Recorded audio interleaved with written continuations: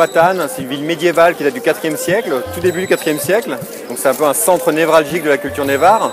Ils ont aussi une longue histoire artistique derrière eux. Ce sont des bâtisseurs, des architectes, des sculpteurs, des potiers, des peintres. Donc dans cette ville aux allures d'atelier à ciel ouvert, moi j'avais envie d'aller voir les fondeurs de statues.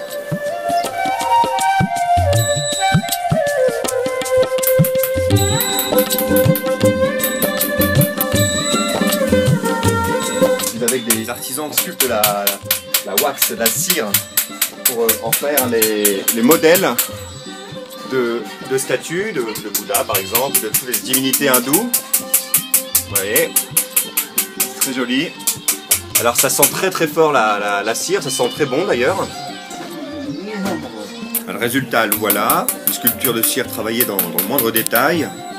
Ces mêmes sculpteurs vont réaliser un coffrage avec ce matériau-là. C'est une terre argileuse mélangée avec de l'écorce de riz.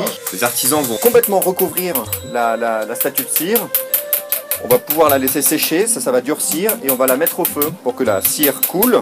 Et on va avoir un véritable moule pour les fondeurs de métaux. L'étape qui suit, c'est à mon avis la plus magique. Le moule étant réalisé, il part tout droit chez le fondeur de statues. Et là je trouve qu'il y a un côté vertigineux à les voir manipuler sans gants. Ces métaux rougis et liquéfiés par les chaleurs extrêmes. Alors, rien que pour ça, ça valait le coup d'aller les voir.